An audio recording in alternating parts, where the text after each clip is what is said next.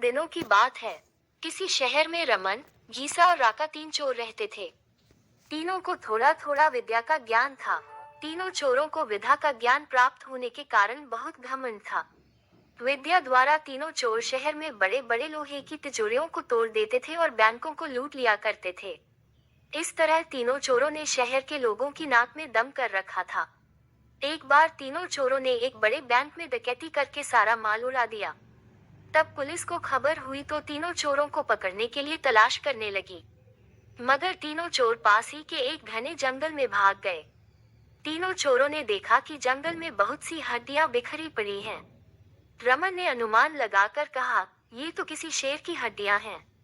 मैं चाहूं तो सभी हड्डियों को अपनी विद्या के ज्ञान द्वारा जोड़ सकता हूँ। गीसा को भी विद्या का घमंड था, सो वह बोला, अगर ये शेर की हड्डियां हैं तो मैं इनको अपनी विद्या द्वारा शेर की खाल तैयार कर उसमें डाल सकता हूँ। रमन और गीसा की बात सुनकर राका का भी घमंड उमड़ पड़ा और उसने कहा, तुम दोनों इतना काम कर सकते हो तो मैं भी अपनी विद्या द्वारा इसमें प्राण डाल सकता हूँ। तीनों चोर अपनी विद्या का प्रयोग करने लगे। कुछ देर बाद रमन ने सारी हड्डियों को जोड़ दिया और गीसा ने शेर की हुबहू जान जान डाल दी। थोड़ी देर में तीनों चोर सामने एक जीवित भयानक शेर को देखकर थर थर कांपने लगे। मगर शेर के पेट में तो एक दाना नहीं था। वह भूख के मारे गरजता हुआ तीनों चोरों पर हमला कर बैठा और मारकर खा गया। शेर मस्त होकर घने जंगल की ओर चल दिया।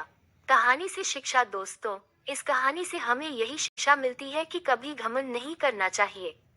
घमंडी को हमेशा दुख का ही सामना करना पड़ता है।